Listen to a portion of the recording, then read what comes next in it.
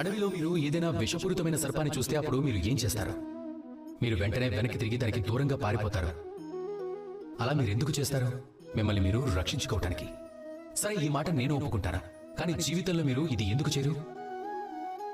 మీరు ఎక్కడికి వెళ్ళినా సరే, ఏ స్థానానికి వెళ్ళినా సరే, ప్రతి ఒక్క స్థానంలో ప్రతి ఒక్క సమయంలో ఇలాంటి విషపూరితమైన సర్పాలు ఉంటూనే ఉంటాయి.